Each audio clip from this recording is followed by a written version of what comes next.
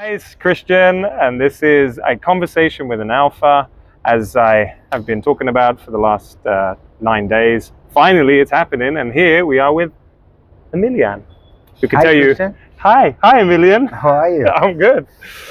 Just to set the scene, as I said, we're at this Kajsa bank structure, which is apparently, I just found out, representing organs. I don't know what the organs are, but that's great. That's good. We are inside of a body. We're inside a body. What a perfect way to talk about nutrition. Isn't it? Isn't it just? Because the body is an incredible system where everything needs to work in balance. And that's what we're going to talk about That's today, exactly Christian. what we're going to talk about. So there's no structure to this. I've just given a basic outline of a skeleton, if you will, of talking about fitness, historical relationship with fitness, historical relationship with food, and life balance. So over to you, Ameilian. First of all, can you tell us a bit about your relationship with fitness? Yeah. So my relationship with fitness started with having no relationship with fitness. It started with being unfit, starting with having no interest. But even at a young age? Yeah. I mean, so you went into sports as a kid? That surprises me. I was forced into sport, so I did sport by default at first. Right. I did 9 years of gymnastics. What? I was not good at it. But you mean your first 9 years of life, or like? I mean, between age of let's say 7 till 16. Wow. And then I also did tennis. This is why you can do the cross. Yes, that's how you muscle memory. Yeah, for sure. I didn't really like it. I mean, gymnastics is a very nice sport, and I appreciate it now. But there's lots of discipline. I hated the rings at that time, right? Which I like now. How full circle, huh? Full circle. And then I played tennis.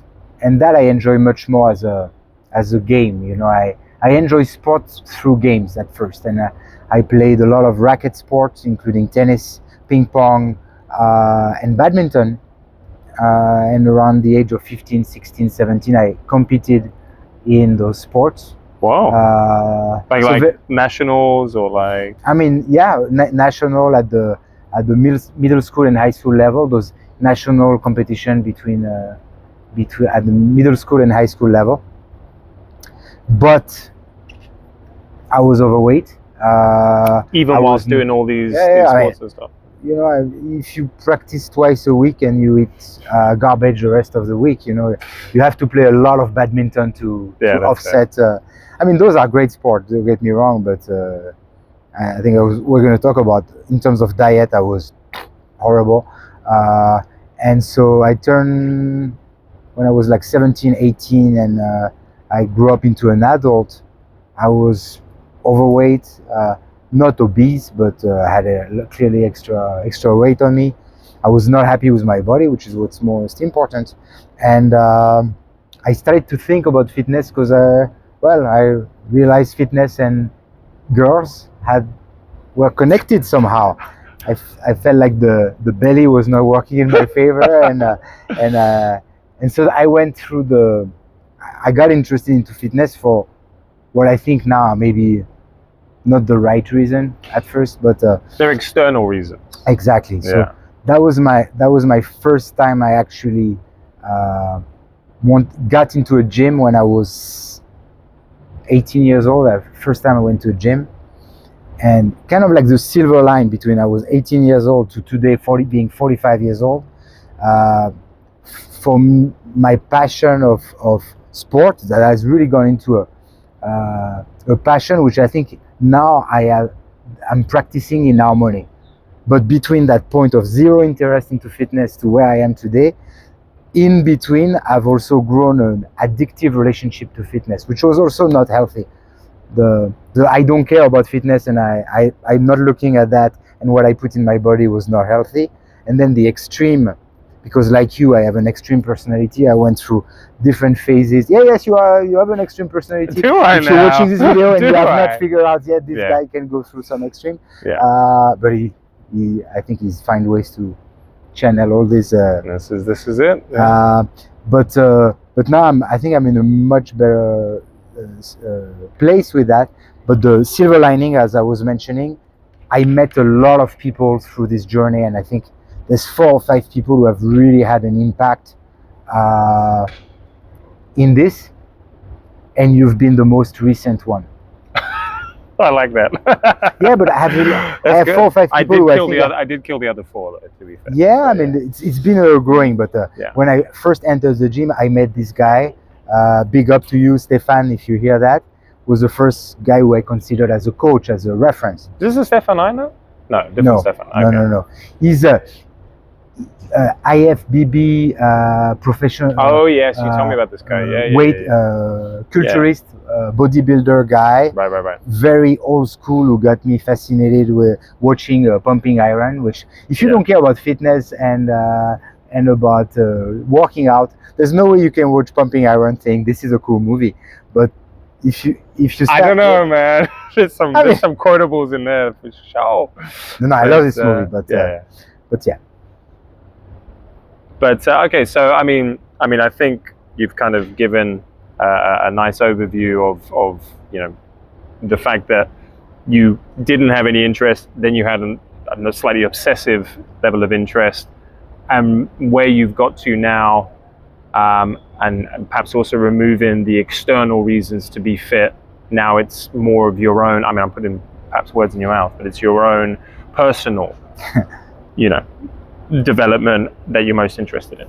Would I be right in saying that? Yeah, I mean, I think when I was 17 and 18, I remember my thought process the first time I was training. That was not for me, like I didn't say, oh, look, I need to have bigger shoulders for myself. That was a weird concept.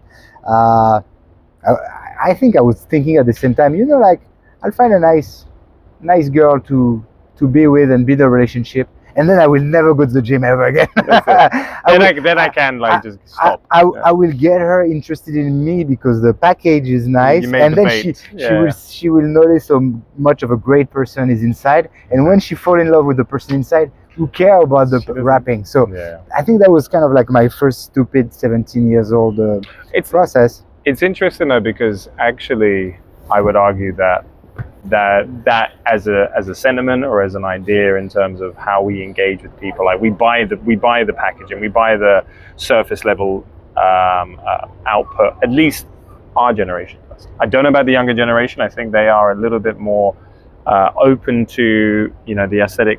Maybe it's because everything's done through virtual platforms, or there's loads of filters and stuff going on. So and there's lots of things going on that mean that the aesthetic is something that can be very easily changed, and therefore it's not such a big deal as actually the person inside.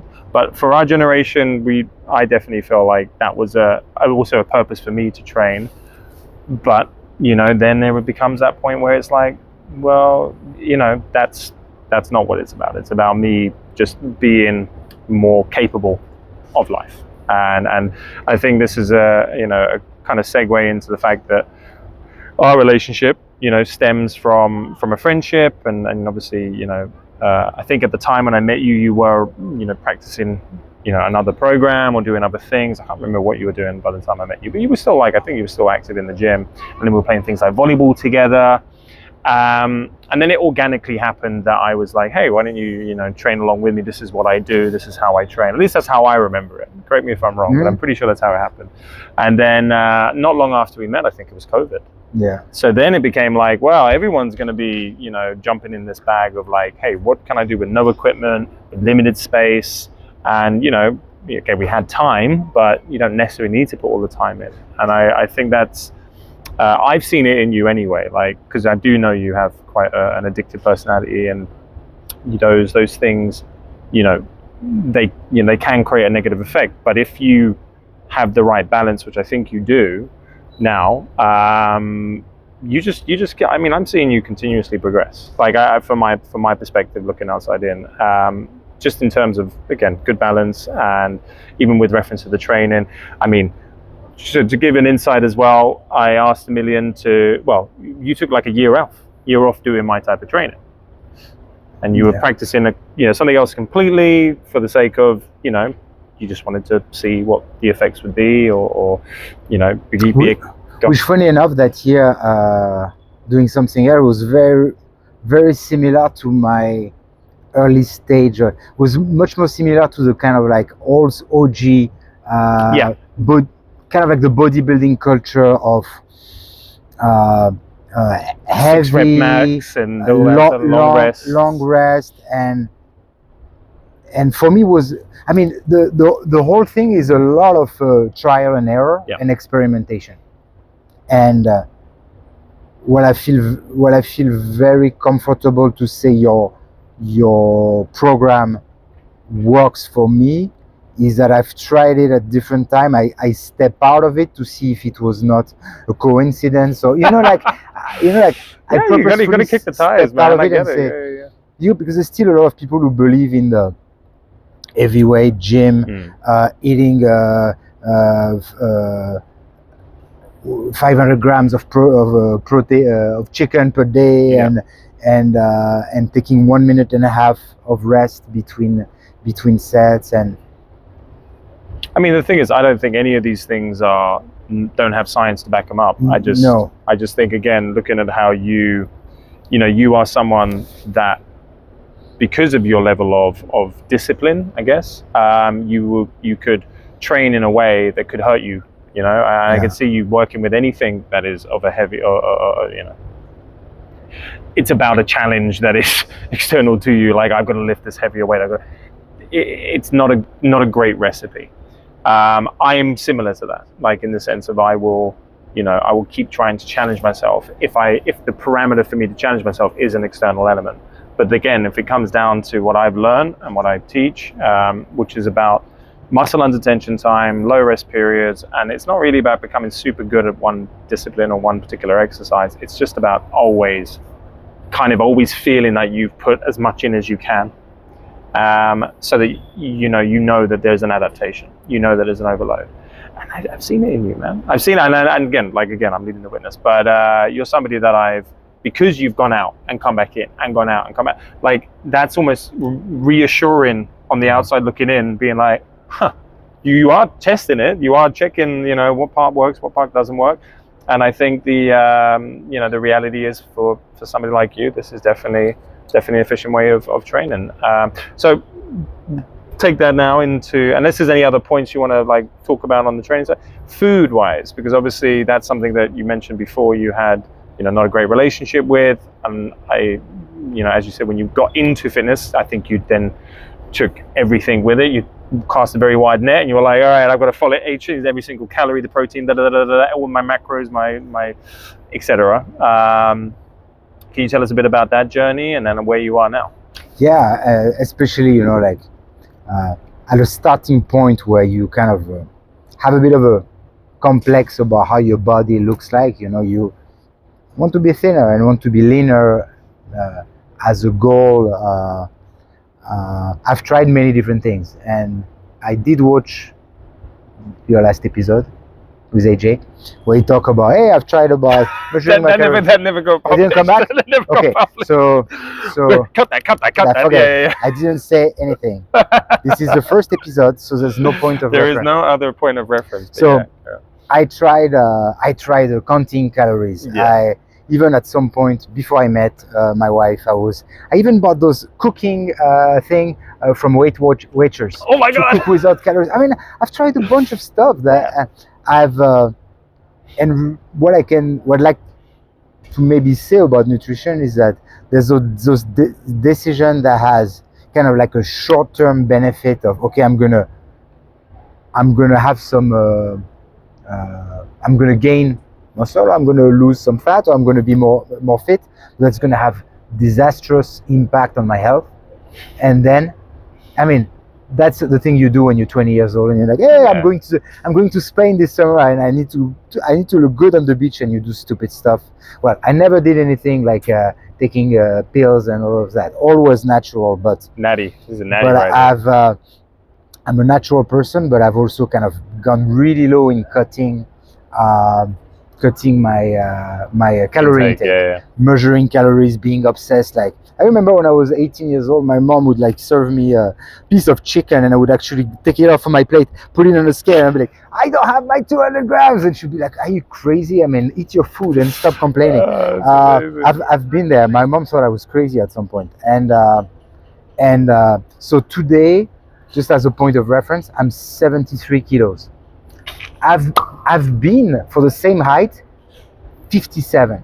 Oh, that would be just looking unhealthy. All muscle work, fat was not there, but muscle was also gone. Either, I look bad, but I was, it's kind of like what's your weird psychology when you try to lose weight is sometimes you can go overboard But just on the 73, because obviously I celebrated 73. Just to give a little insight, where were you 4 months ago? 83.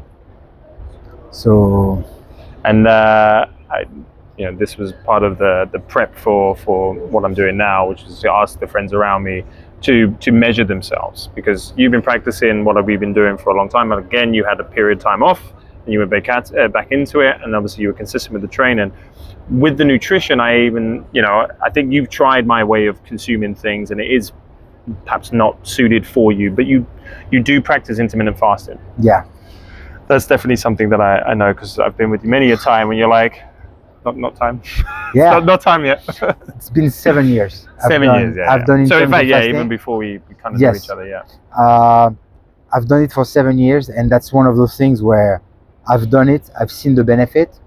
Last year, syncing with another type of training, which was again more like what you hear in more like weightlifting culture, was like screw intermittent fasting. You need a high level of good calories. You need your X amount of intermittent fasting. Yeah, I stopped at the same time. I stopped. I mean, I went another religion. I went from one religion to another to be, because I don't know. I mean, we're talking. We know the guy who was kind of like representing this this approach, and all respect to him and his approach. It's obviously working really well for him as well. Didn't work as well on me, but the approach was kind of like, okay, you need to put a certain amount of calories, and it was a challenge. Like, okay, if you follow this approach, you will develop muscle.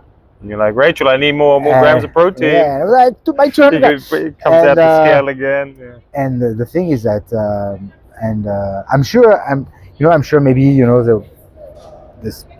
can argue about this, but when I'm in excess of calories, even if it's good stuff, because I was eating there was not calories filled up with ice cream and sugar, but with a lean source of protein, with rice, with vegetables, etc. My body responds to it by creating 50% muscle, 50% fat. Right. Which then you need, whenever you want to lose the fat, then the muscle that you've gained also disappears. So it's kind of like, that's how you create those yo-yo effects, which I've done for a long time, and that are not a long-term sustainable strategy for me. But I mean, that's exactly what you're referring to is the problem that I've had in the past as well, where I will get into like you said, a different religion, a different sort of algorithm of like, this is how you should be, and I'm not saying that my way of consuming over those 7 days makes sense for most people, but because I can't psychologically take, even with my discipline, I can't take the same things over and over and over again for such a consistent period of time. And if you're trying to, like, again, chase to consume a large amount, it does become this very, like, it's depressing. It becomes depressing to eat that food. Even if that food, any other time, if you hadn't had that food for a week, you'd be like, God, this is great food. But because you've had it every single day for the last 5 days or 6 days, it's like, it genuinely breaks your heart. Like, the only thing that I might jerk chicken could potentially be, or jello fries. Maybe I could have that every day, but no. Either way, I think we are not dogs. Yeah, we're not dogs, and I think it's important to have that diversity. But the fact that you practice intermittent fasting, do you have a day in the week where you allow more excess, or are you kind of pretty consistent throughout the week? So what I do, and I mean, I change what I do all the time. So right now I'm in a new phase that I've started a few weeks ago. So going back to intermittent fasting. Yeah. For me, and again, I'm only talking from my experience. It's a magic trick. It's that thing. If I would narrow it down to what is the one thing you do that creates so much value, is intermittent fasting. And everything you read in the research literature about the benefit, I experienced them. So I'm a teacher. I also do public speaking. When I'm going to speak in public or I'm going to teach, I will be much better on a fasted state than if I had breakfast. If I'm going to teach a class and I had a cup of coffee and nothing else since the night before, that's where I will feel highly stimulated and connected and on top of it, and so in terms of clarity, 100%. In terms of energy at the gym, I always train on a fasted state. And when I had this conversation about the last algorithm I was in last year, to that standard, it's like you cannot possibly do bench press on a fasted state. You need to have something in your stomach. But for me, even if it's a shake of protein, I would always feel less strong than on a fasted state. And then after, in terms of kind of like weight management and benefit, every day of the week I will feel better when I fast. However, because I've done it for 7 years, there's also something that I haven't read anywhere in the literature, and that has created a problem for me, is there is a real downside effect from fasting too much. There was a time during COVID, and you know that, where I was fasting every day, every day, the same amount of time, 16 hours. Sometimes when we would party a little bit. I remember after my 40th birthday, coming back from Ibiza, I did a 24 hours fast. And how many people have Ibiza during COVID, or just around COVID? It's crazy. But anyway, correct. Yeah, I remember we were in Carl Cox mansion, and so that. After a while, first of all, the benefit of fasting disappeared, meaning that my body got so used to that routine of not eating for 16 hours that I was starting to actually store, because the body was like, okay, tomorrow, guess what? 16 hours fast, and the day after, 16 hours fast. So so I started alternating for me, and then my sleep got messed up. Remember, I started to develop insomnia, and that was diagnosed as adrenal fatigue. Because fasting, what it does, which is not a bad thing, it put a certain stress on your body, being like, oh, I don't know when the next meal is going to come. So that's why you stimulate your metabolism. But if the stress is always there, plus you have a pandemic happening, and you have crazy things happening in the world, and you have personal stuff happening, that's where I got too much stress, and I could not sleep at night.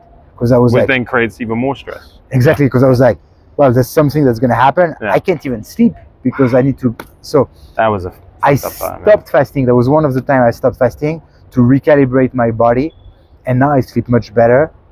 But now I only fast 4 days a week, and 3 days a week I don't fast. So wait a minute, this is brand new information. You're basically doing what I do. No, I don't eat all the crap on Saturday. But that's fine. That's a me thing. But the idea is essentially just to have not to be too consistent with any one of those disciplines. Like I will intermittent fast like pretty aggressively Tuesday, Wednesday, and Thursday, and by that I mean I will only eat over 2 hours. Do you know, even Monday included. I mean, you saw what I ate if you watched the video yesterday. However, how much I ate. And it was probably more than most people will eat over 2 days. But, you know, the idea is that I just have that food over, you know, an hour long to an hour and a half long period. And then I don't have anything else for that Monday. And then on Tuesday, Wednesday, Thursday, I do the same thing, but I'm actually eating cleaner. But Friday, Saturday, and Sunday, you know, Saturday, for example, it's 12 hours, you know, consumption, 12 hours of everything that I want. Fridays end up full 8 hours, and so Sunday, full 8 hours, which again, I think, you know, referring to the COVID times, you were probably not using your full 8 hours. And if you were, I don't know, I think you were probably taking in very I know you do a lot of the shakes and stuff like that as well. Like Smoothies, yeah. So I love smoothies, yeah. Yeah, I know it's all well and good, but again, I think there is. You have to chew. You have to masticate. You have to masticate. You have to masticate. But no, I think it's fascinating that you're doing this now, because it is more aligned with what I've been sort of practicing for a while, and where I got to also with fasting is you just again, same meals, just the idea of having the same thing. I read a book by Timothy Ferriss, not the 4-Hour Body, but I think it was in the 4-Hour Chef, but he talked about this effect of eating the same things over and over again. And it was like, yeah, it's really good because your body gets to understand how to break down that food more efficiently, which makes sense. But, it also, it breaks it down perhaps to a level of efficiency that, I don't know, it just doesn't, it doesn't benefit from, perhaps it becomes complacent. Perhaps it becomes to the point where much like your muscles, it will find the shortcuts. It will release less. It will reduce your metabolic rate because you don't need to have a higher metabolic rate. Yeah. And that's why I think what you're doing now is clearly working, because 10 kilograms in 4 months and it's healthy loss. I think is it's the training helps. It's a big part of it, but a massive part of it as well is obviously how you're consuming your food and what you're consuming. Cool. And no, I mean, that's a super important part, like shocking the metabolism in the way you train and in the way you eat. Yeah. I think it'd be a good idea that you talk to AJ in the future for an interview. And he might tell you about the importance to change your training, to break the routine and stimulate your muscle in a different way. I feel like he might. But I mean, invite him. He's a very insightful guy. But for the food, is the same. Eating the same thing all the time. I mean, first of all, it's super boring. But second of all, it's just the same recipe every day. Just your body, like you said beautifully, get used to it and doesn't work anymore. So just after that, talking about food, fitness, now I want to speak a bit about sort of life balance, because obviously, the training that we do is 15, 25 minutes if you're doing the Alpha Plus. And that's it. So the fitness side is done. The food, obviously, you're intermittent fasting. So do what is it that you practice now that kind of gives you what you consider to be a healthy balance? Or do you think there are areas of your life where you could improve upon to get a better life balance?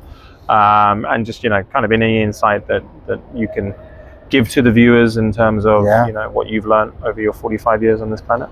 Yeah, and it's always kind of like it's a continuous improvement to add stuff, to notice stuff, and change the routine. But for something additionally to the training that's been very impactful in that balance was practicing meditation.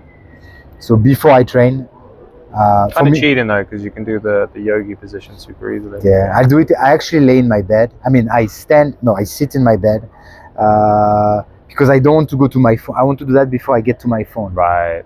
It's important for me before any kind of pollution from. So you don't have your phone in your bedroom? Yes, because it's an alarm clock, but I don't. It's in plane mode. So nice. before I switch off, I go to Headspace or whatever app I use to meditate, and I have my session downloaded, so I don't need the data and the ding that starts for the day. Triggers you, man. And I do the meditation before I start carrying on, and then I have a coffee, and then I train. Nice. So that's important. So you do that every morning, pretty much? I don't meditate. Again, same thing. I don't meditate on the weekend because I was trying to meditate every day, and I realized that you need the reprieve. It's not realistic. When I was trying to meditate every day, I was giving up meditating. Where I do it from Monday to Thursday, to Friday, and on Saturday, but on Saturdays there's no training and there's no meditation. So, but there's fasting. You fast on Saturday? On Saturday. Because I have some beers on Friday night. That's right. But like, for example, I love that following your protocol. On Mondays there's no training. When you go back to work on Monday, it's hard enough to actually add a session of squat on a Monday, for example. Monday is like, I'm restarting the machine. I'm going to be gentle to myself. It's hard enough to go to work, so no training today. And Tuesday you feel a bit better.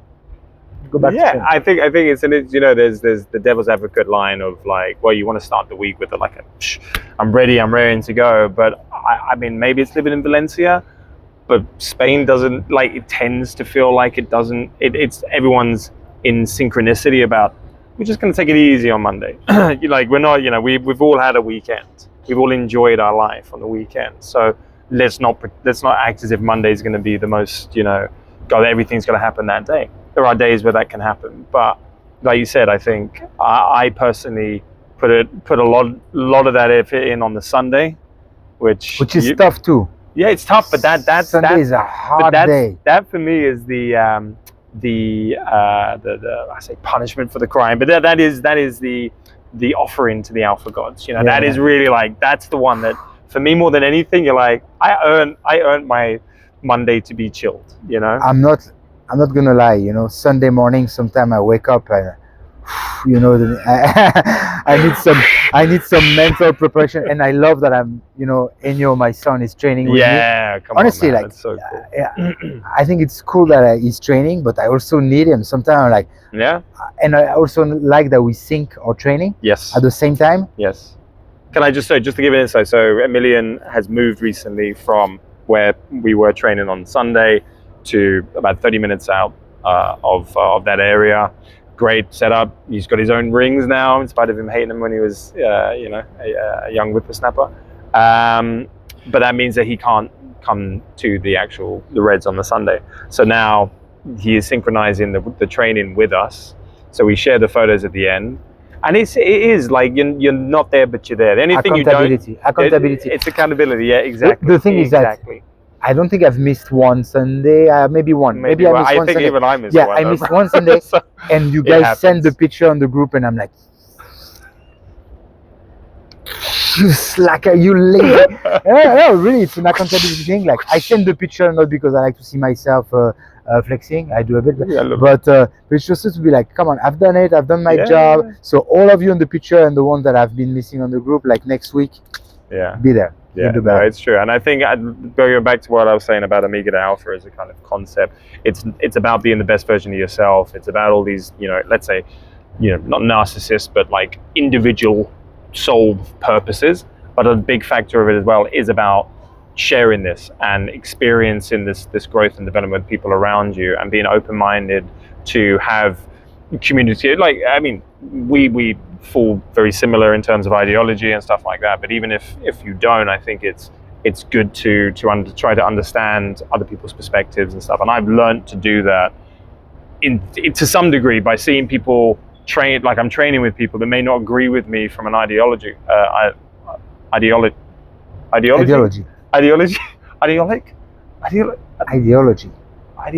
No, anyway, from a perspective of, like, feeling the same about how things are going on in the world, and that basis has given me enough of a grounding, like a foundational connection with them on a human level, that those other elements you're more able to have those conversations and then try to understand their side, and vice versa. And I think that's why I think it's all about community. It doesn't have to be physically in person, as is case in point, but there does need to be an accountability. It does need to feel like you are connected to something. This is another reason I'm doing this, because I do want, if anyone out there anywhere in the world wants to be involved, this is not going to cost you anything. You just give me WhatsApp or whatever through the social media, and I will share with you the same programs that I'm doing. I will, you could be added to the group and share your photo as well from all over the world. We can do this on the YouTubes and the Instagrams, etc. It's just to share it. Like, it's just to share it, because I really think I've benefited so much, and I've seen so many people like Ameilian as well, and AJ, etc., all kind of getting something from this, that they've been on the planet long enough and they've tried enough things to be like, okay, no, this is a good balance. But it doesn't mean that we don't stop challenging it. But hence the reason also that I'm doing this. So do you have any criticisms or anything that for me to kind of think about in terms of the program, in terms of how it's set up, or anything like that? Not that many. Not that many. No, actually, I like to be critic, and I told you when you asked me to do this video, I was say I'm not. I was like, fuck. It's not for me. I'm not participating into a promo video, but a conversation and War of the Worlds. And there's there's so many good things. So what do you want me? I can very honestly say what are the things that I really think are the strengths of the thing. My one criticism is only on one piece, and you know where it's going is, and that goes back to what I said between short-term benefit versus the impact on your health. And we've talked already about the benefit of shocking metabolism, not getting complacent with your training, doing things that are different, challenging you to do different kind of training, different way it challenge your body, changing the food, changing the hour you eat, changing the number of quantity you eat, having days where you eat. It stopped filming just when I was asking questions about criticisms, and it wasn't on purpose. It wasn't on purpose. So we've done this already, so it's a little bit forced, but tell me a bit about the criticism you have about Amiga de Alpha program, and then also talk about the positive thing at the end that you did. Funny you ask, Christian. So my criticism is about your fatter day. Yes. We've talked already about how alternating high caloric day and low calorie day, changing your workout, all of that is beneficial, but that does not justify putting all that crap in your body, including lots of high processed food, which again, this system might work well with being lean and correcting a day of excess with a low caloric intake. But even if it's 1 day a week, putting a lot of crap in your body is, from a long-term perspective in terms of health, not what I would do. I refute this. It's rubbish. Maltesers are the best. Dime is amazing. No, as I mentioned before, I agree. I think it is very much a me thing. It is because of my relationship with that type of food. It's comfort food. Like I grew up, that used to be my comfort. So when I'm having it and still being able to have a decent physique and whatever, and actually, like I said, eating it to a degree guilt-free. The problem is I'm basing this on the immediate. I don't know what long-term effects are going to be had from eating all these E numbers and all this fucking ultra-processed food, and that's something that only time will tell. But there is a lot of science out now that supports or really very much clearly indicates the dangers of eating this type of food. So I do take on board what you're saying. I will potentially practice still a similar calorie intake, but making more of those sweets myself. So more whole foods, and at the same time learning how to make these desserts and things that I like. I'd like to know how to make Maltesers and Dime bars, because I can't get Dime bars. Fuck you, IKEA. So thanks for that. And you also mentioned something else, which again was super forced, but about the question you had to me regarding the format of the training, why we do alternating against consecutive, if you had about it. Yeah, and I can maybe answer it better than the first attempt, but I think it's very thoughtful how you include a psychological component of the person following your training, and you do that to make it accessible and to make it fun, and that's super important. I think the duration, the way it's been thought is, I don't think you can make training that accessible, and that specific comment on why you choose to make it alternating is to keep people engaged in the training, and which is key, which is super important. And you in thinking about that, you're looking at for the people who are using your type of training to just stay on board and not give up after Christmas because they're going back to their routine. Exactly. And I think this has all come off the back of me practically experiencing what it's like to do consecutive jump squats and plyo sprint lunges and all the worst possible exercises for 4 or 5 weeks in a row, and I'm being like, I just like you said, you'll start to compromise your form. You'll do it because you have to do it. I said that in the first edit. But yeah, cool, man. All right, well, thanks so much. Can I make a suggestion? Yeah, go ahead. Are you gonna have more people? I would like to. No, actually, this is the end of my 2 weeks. Okay. So the plan now is to, because I'm deloaded next week anyway. The plan now is to let's see what the uptake's like. If people want to see more of it, then I'll resurrect it. I'm gonna ask you a question. Yeah, go ahead. A question my kids love to ask me. Go ahead. If you would go on a desert island Who would it and be you with? can only bring one food, One food. one type of food, and you would only eat that for the rest of your life, what would that be? It would be Maltesers? no. It would be jerk chicken, rice and pea with some callaloo and That's some plantains. okay. I'm looking more like breaking down into one. Okay, one an egg, a one broccoli. specific thing. Then yeah, it'd be dime bar. It'd be dime bars. I'd have loads of dime bars. Good for you. What would yours be? Peanut butter. Hey, there you go. Peanut Right? butter. Just peanut butter. Oh, peanut butter. It works at breakfast. It works for dinner. Yeah, I know. I get you. It's salty and sweet at the same time. It's amazing. That way, peanut butter and dime island. We need to. That's where we need to get to, and then we really achieved our evolved form. Guys, thanks so much for watching, and I'll see you tomorrow for the Retro Rewards, which I'll do earlier this time, so I'll have more than one participant hopefully. All right, take care. Thanks.